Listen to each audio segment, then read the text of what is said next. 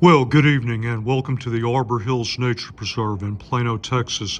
Tonight's exercise is a field test of the Wurkkos HD01 UV. I want to thank Wurkkos for sending me the light and making the review possible. Well, this is a very popular form factor, and if I told you that it had white and UV, first thing you might say is, well, that's kind of an arc field clone. Well, it has this side light which has white flood as well as all variety of colored, solid, flashing, breathing, blinkies everywhere. So that kind of led me to believe, well, maybe it's more like a mashup between an arc field and maybe a SOFR and IF 2324. I suppose we'll see. I can't remember what Wurkkos likes to call these. I like to call them top switch, bottom switch. Well, between two switches and all these apparent outputs, you might imagine that this light can do quite a bit. Well, let me bring the user's guide in here, and yes, it can do quite a bit. In fact, at first, this looks very intimidating with all the way up to not just quadruple, but quintuple clicks. And then you have clicks, presses, and holds. And this seems like it might even be a bit overwhelming. But just from a practical perspective of what you're likely to use in an everyday context, I tend to think it's a bit more on the simple side. And unless you just want to get into absolutely everything that the light offers, let's just take a quick run through. Okay, top switch. White spot, you have Moonlight, low, medium, high, turbo, strobe, all the usual suspects. Press and hold for moon. Click off. One click on, then press and hold cycles through low, medium, high. There is memory, so it will come back on. We were in low, now it comes back on in low. Turn it on. Double click to turbo, triple click to strobe, one click to get back to where you were, off. From off, double click to turbo, triple click to strobe, one click back to off. So you have direct to turbo, direct to strobe from on or off. Lower button, single click, UV, off. Double click, side light, press and hold, we're in low, cycle between low, medium, high. One click off. Triple click takes you into the beacons or flashing. From the factory, the very first one you come to is police flash. So in my estimation, from a practical standpoint, this is the only flashing or beacon that I would ever use. You can press and hold to cycle through the others, then you can go through 4 or 5 clicks, and you can go through a lot of different output modes here. One click, back off. Now, if that's all you ever learn, all you ever do, you have a very useful light in your hand. Of course, USB-C charging. You have a 2-way clip here. This is very tight from the factory, so you'll find like the first few times you're trying to slip into, say, a jacket pocket, you'll probably want to pull out just slightly. But I know you're not here for me to ramble on. I'm going to go out in the field, show you exactly what I went through here. We'll see how well it performs in the field. Hopefully you can make a decision from there. Now, as always, if you want to see more, maybe you'd like to see the entire extent of flashing, blinking, breathing lights, I could probably do a short on that. I may do a second review where I use this as a cap light, so I'm always interested in comments for other tests you can run. But for now, enough with that. Sun's almost down. It's about time to get out there, take this light out in the field, see what it can really do. Let's start the output level test. I'm here at the edge of the bridge. This is Moonlight. I thought I'd just show you a brief look at Moonlight. Same area. Let me step back a little. This is low.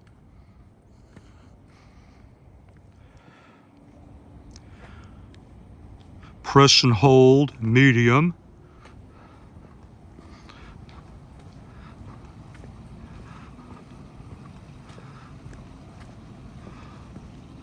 All right, now let's look out over the bridge down towards the creek. There's high.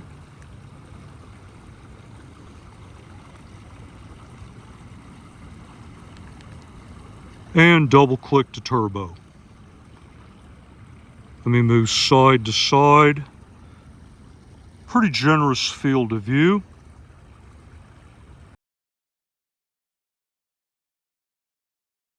First practical exercise of the evening, the usual close quarters search. The scenario is we're here at the playground, your kids were playing earlier, dropped something, and well, now you have to come back and search for it. So I'm using the side white light in medium output level.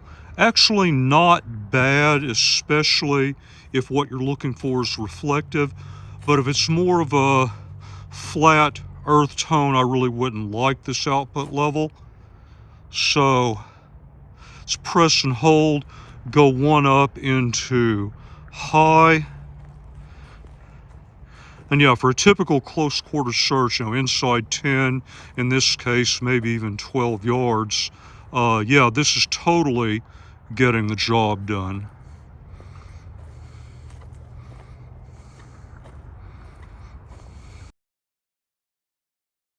For path following, low if you're in a jam and you're literally following the path right in front of you, maybe no more than 5-6 yards away. Not much good side to side. Let's go one up into medium. Okay, now we've got something, particularly if I hold the light up. I've got adequate downrange. I can see areas right here well in advance where I might trip or get in trouble. I can see what the slope of the terrain is, and I've got enough general side to side or peripheral visibility without having to move the light. So in general, for path following, this is probably what I would choose.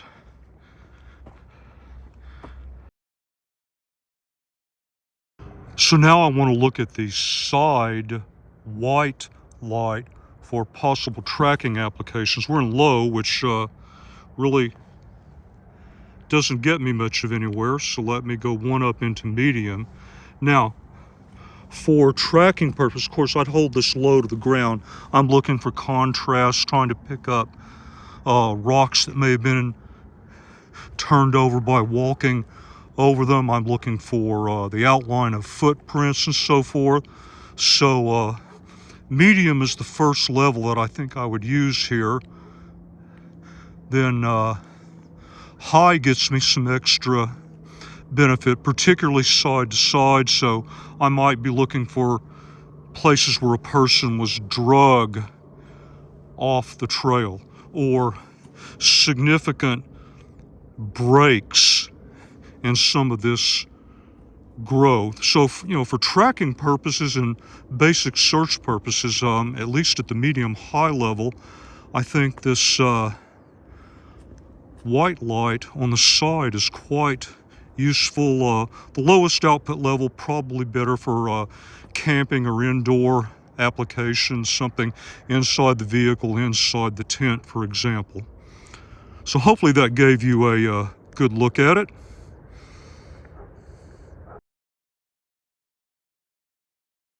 So now we're going to test a transition from a bit more contained, somewhat darker area, about 38 yards, looking across another creek, and then we're going to make a transition to a brighter, more wide open area We are in medium output level now.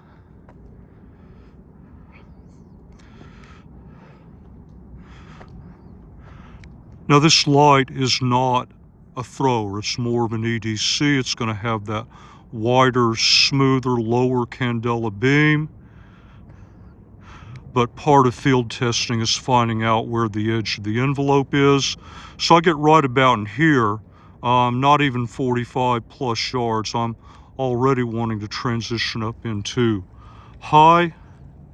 And then I move around to that middle tree in between the two. That's right at 100 from my current position. And even for detection, this is really lagging. So let me double click up into turbo. That's a bit better. At least I can now start getting some detail from that middle tree. So for basic detection in a somewhat brighter area I'm looking at, let me hold things up even higher here. And that really doesn't improve the situation. Yeah, you're looking at maybe 100, 120 for basic detection, but identification well inside that. All right, let's go do a turbo burn down. And here we go in turbo, a relatively wide open area looking downhill, but I really don't have much more than maybe 55 to 60 yards if I get right in here. Obviously much closer as we move left and right.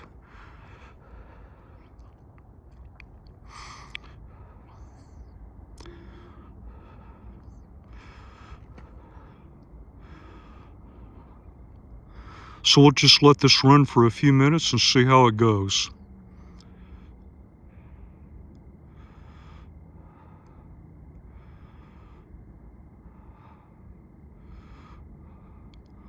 I am starting to notice some heat buildup.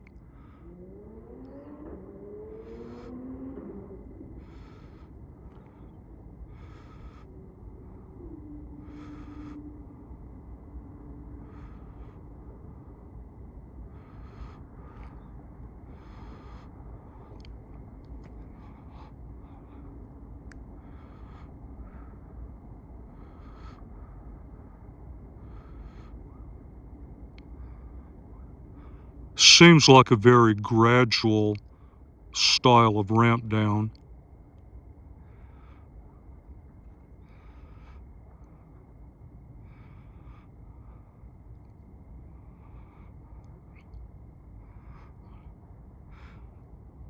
Does seem like it's gotten to a level pretty close to high. That's the way a lot of these lights work. I'll let it go a little while longer, definitely over 2 minutes. I want to see if this appears to be some sort of steady state.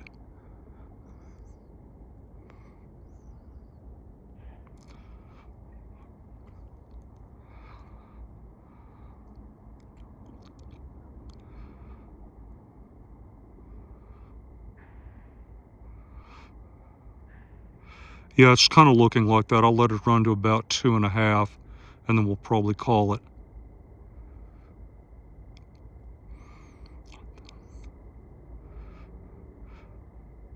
Heat buildup is not an issue at all. You can feel it, but it's not anywhere close to uncomfortable.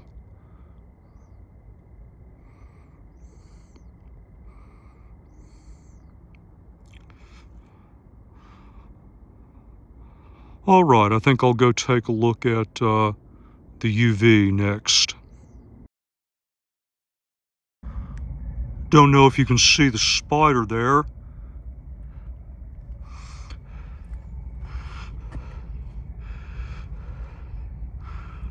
This is a place I've nicknamed Scorpion City because the right time of the year, you can really capture a lot of scorpions. Speaking of which,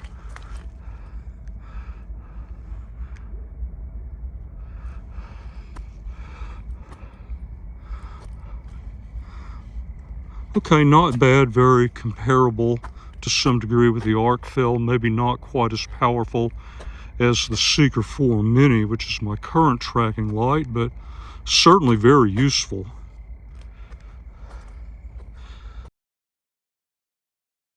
top level of the observation tower, a little over 35 yards, and that is police flash. So there is a quick look at the magnetic base, low output level for the spot. And there's a second look. It's actually pretty versatile. I can move it around and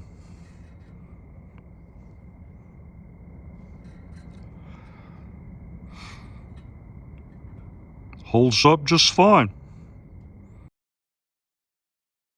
So we're back in the parking lot. I'm approaching my truck. I kind of parked here for a specific reason. We've got light off to each side, but we kind of have this dark pocket off to the right. So let me see what I can do about that.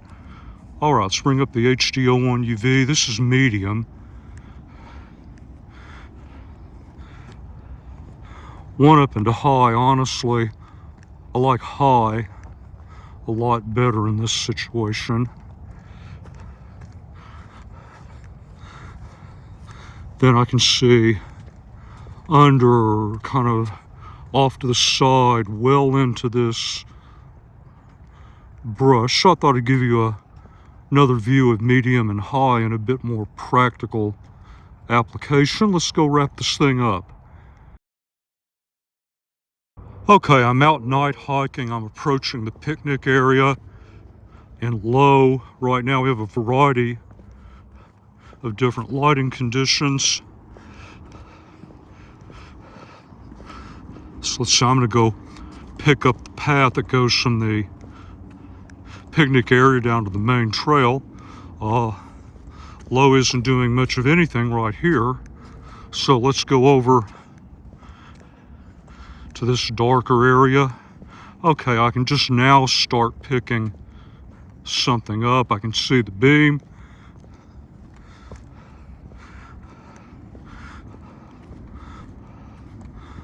All right, let's go around to the right. I'm going to move the light out. Okay, now we have this kind of dark pocket here. Bring it back in. So there's low up to medium.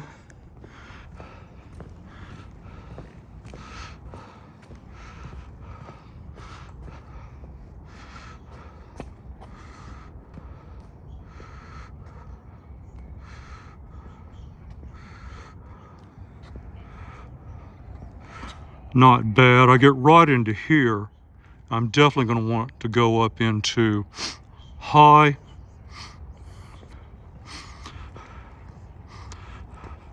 Very easy to see all the way across that area, back into the trees, kind of fill in some of those dark spots. All right, well, I hope you got a good view of the overall capability of the light tonight, kind of where the edge of the envelope is and some of the outputs. I can certainly envision a number of additional tests that could be done. If there is something you'd like to see, let me know. YouTube looks like it's now got 3-minute shorts working, and so that makes for a great vehicle for just quick follow-ups to a first review. So if there is something you'd like to see, let me know. I might be able to put it into a short. Okay, I'm going to finish this off up into turbo as I almost dropped the phone. All right, there we go. Kind of an interesting series of tests. And as always, until the next review, thank you very much for your time, and thank you for watching the video.